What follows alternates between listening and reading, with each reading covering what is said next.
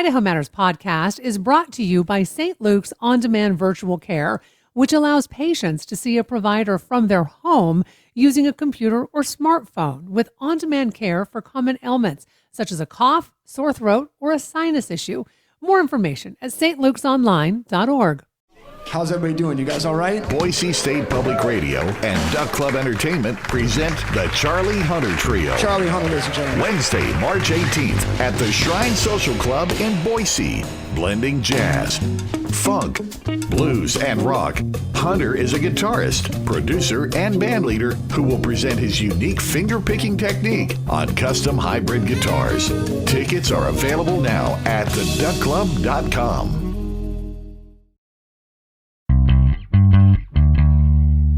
From the studios of Boise State Public Radio News, I'm Gemma Gaudette. This is Idaho Matters. Idahoans care deeply about our public lands, from hunting and fishing to grazing to simply having wide open spaces to explore. In fact, a huge portion of the land in our state is managed by the federal government, including millions of acres overseen by the Bureau of Land Management. In fact, the agency responsible for managing about 245 million acres of public land all across the country. So when there's a nomination to lead that agency, it can get a lot of attention here at home. Last week, Idaho Senator Jim Risch voted in committee to advance the nomination of former New Mexico Congressman Steve Pearce to become director of the BLM. The nomination moved forward out of the U.S. Senate Committee on Energy and Natural Resources on an 11-9 vote. What's notable is that Senator Risch has been very clear about how important public lands are to Idahoans. In fact, during the hearing, he told Pearce, quote, "In all my decades of serving the state, I have never received such passionate, unified messages as I have on this particular topic. Idahoans do not want their public land sold, period. Full stop," unquote. But some conservation groups say they're concerned about Pearce's past statements supporting the sale or transfer of some federal lands, as well as his ties to oil and gas industries. We did reach out to Senator Risch's office for comment. They told us he wasn't available for an interview and instead directed us to his comments from the committee hearing. So to help us understand what this nomination could mean and why it's become such a point of debate, we're joined now by Alexis Pickering, Executive Director of Conservation Voters for Idaho. I want to welcome you to the program. Thanks for taking time today. Hi, Gemma. So, Alexis, for folks who may not follow federal land policy really closely, what exactly does the Bureau of Land Management do, and why does the director of that agency matter so much for a state like Idaho? Yeah, that's a great question, Gemma. So for those of you that don't know, the Bureau of Land Management, it is an agency within the Department of Interior. And you mentioned, the 245 million acres that it manages, but that is actually like 1/8 of the total landmass of the country and about 22% of the state's land area. But the BLM's mission is to sustain the health, diversity, and productivity of those public lands for the use and enjoyment of present and future generations. And so what that really means, to dial that back, that means recreational opportunities, hunting, fishing, hiking, camping. That also means oil and gas leases. It could be clean energy leases like solar and wind projects. And we've also seen, especially in Idaho, BLM land is very much used for grazing leases for private ranchers. So there is a huge interconnectedness around recreational uses, as well as our economy and energy generation and resource extraction. And I want you to just make sure we're clear on this. Do we know exactly how much land is managed by the BLM here in Idaho? Yes. So it's nearly 12 million acres in Idaho. Yes. Okay. So your organization, Alexis, has strongly opposed the nomination of Steve Pearce. What specifically about his record worries you? Yeah, we have been advocating strongly against his nomination, in part because Stephen Pearce, if you look at his record when he was in Congress and representing the state of New Mexico, He has said multiple times on the record and has acted as such, he believes that public land shouldn't exist. Um, as direct as that is, it's true. Mhm. And he's tried to remove the Antiquities Act, which dissolves our monuments, which we have a couple here in Idaho.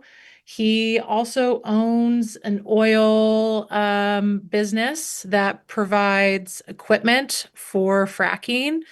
And he has said that if he's confirmed, he would transfer, all of the business over to his wife. And that's really concerning because the BLM is in the business of, you know, working with and trying to request proposals, excuse me, around some of those oil and gas leases. And so there's a huge conflict of interest as the administrator of the BLM when his wife is going to be likely one of those businesses working to get very inexpensive leases and make a ton of profit on these public lands. So at the confirmation hearing, Pearce did tell Senator Risch that large scale sell offs of public lands are illegal and that he agrees the president or the BLM director cannot just sell land on their own. It, did that statement address your concerns at all? Honestly, that was a very powerful statement, and we are really happy that Senator Risch put that on the record because I think a lot of Idahoans, that is their number one concern is sell-off, especially given the fact that Senator Mike Lee, who attempted to do a sell-off last June, if folks remember, it was about 3.2 Mhm. million acres that he was trying to jam through the budget process. He sits on that committee with Senator Risch. So that was a very powerful statement, but there is a ton of other damage that someone like Steve Pearce can do without just selling things off, right? Because he could, and just what we've seen with actually like Senator Zinke when he was at the head of the Department of Interior, they bypassed environmental and community processes and regulations around these oil and gas leases. It can be if those processes are in place for a reason because things have gone wrong and those public lands have been irreparably damaged. And so we're really concerned, especially given his business conflict of interest, that he could do everything except sell off land. That could really damage the 22% of Idaho's public land. And so these are places that, we all love and cherish. And it could affect, our historical grazing leases. So we saw that with the state land board selling off those 160 acres in Teton County, though that was a grazing lease with the state. So we could see Mhm. similar things happening with the federal government, but just even a bigger scale with millions and millions of acres. Senator Risch said during the hearing that public lands are, and I'm quoting him, really sacred to Mhm. Idahoans, and that people in our state do not want them sold. However, he did still vote to move that nomination forward. So, how do you interpret that vote? Well, I think it's disappointing because he could have been the swing vote that could have stopped Steve Pearce from moving forward. Because, like you said, it was 11-9. So that could have been a 10-10 vote. He also, of note, was the best and strongest Republican on the committee that talked about the importance of public lands in that committee. So that's great. So I think the pressure that Idahoans have been putting on him has been working because I don't think Senator Risch would have been that strong of an advocate for public lands had it not be for the hundreds and thousands of us that have been telling him why Pierce is bad for public lands. And so I think that's great. But I think honestly, there's a lot of political insider DC things that are going on. And so I think it's really up to us as Idahoans to continue to, pound the pavement around why Pierce is a bad fit. So it ultimately goes to the full Senate now. And so Risch and Crapo are going to have key votes as well. It's only going to take three Republicans to not, appoint him to the BLM. Hmm. And so Senators Risch and Crapo have a chance again to hopefully make the right choice and not appoint Steve Pearce. Okay, so with that said, in your opinion, how much influence do you think Senators Risch and Crapo actually have at this point? Because as you said, it's going to the full Senate. I mean, even if the two of them voted no, you need to get another Republican senator on board with this.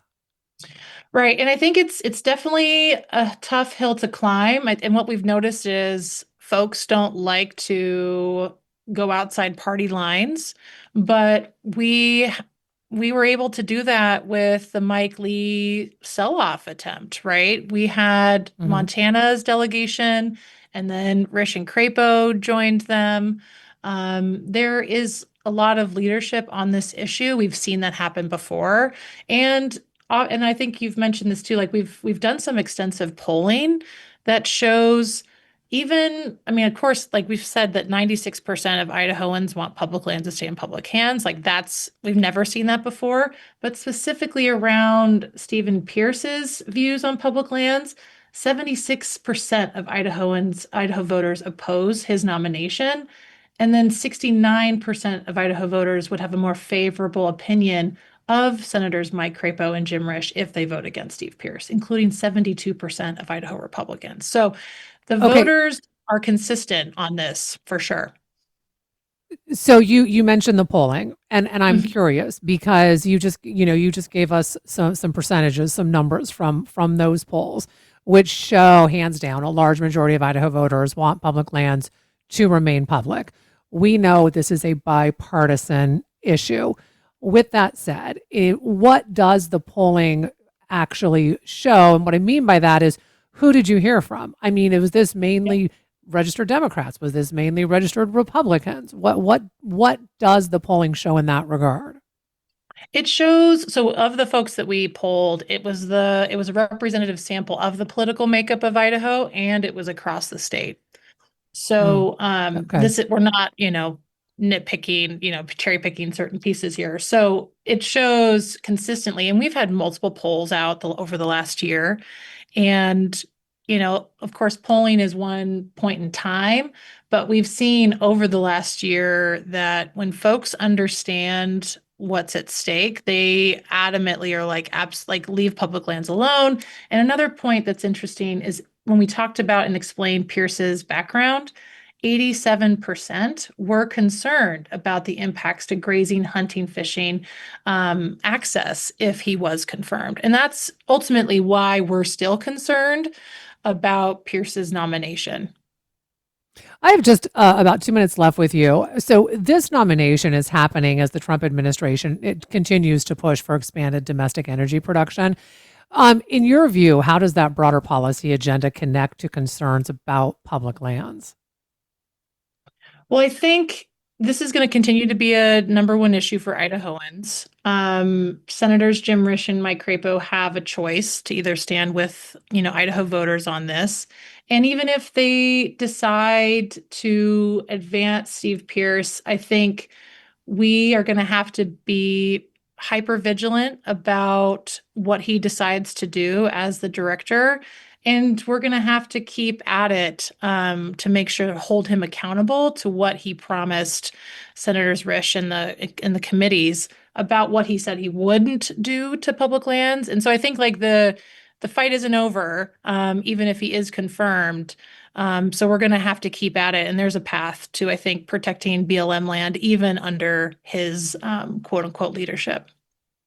So before I let you go, what happens next? I mean, we know it goes to the full Senate. Do we know when? We don't know when, unfortunately. We're hearing it could be a week or 2 weeks. It's not super clear, but we're going to keep at it for now. All right. I really appreciate you taking time to talk with us. We've been speaking with Alexis Pickering, Executive Director of Conservation Voters for Idaho. Again, I do want our listeners to know we did reach out to Senator Risch's office numerous times requesting that he join us for an interview. His staff informed us he was not available, and they did direct us instead to his comments from the committee meeting. So when I did quote him, those were direct quotes from what he said at that committee meeting. And thanks so much for listening to Idaho Matters from Boise State Public Radio. Do you have thoughts about today's episode? Make sure you email us at idahomatters@boisestate.edu or reach out on our socials. Know someone who might enjoy our podcast? Be sure to share it with them today.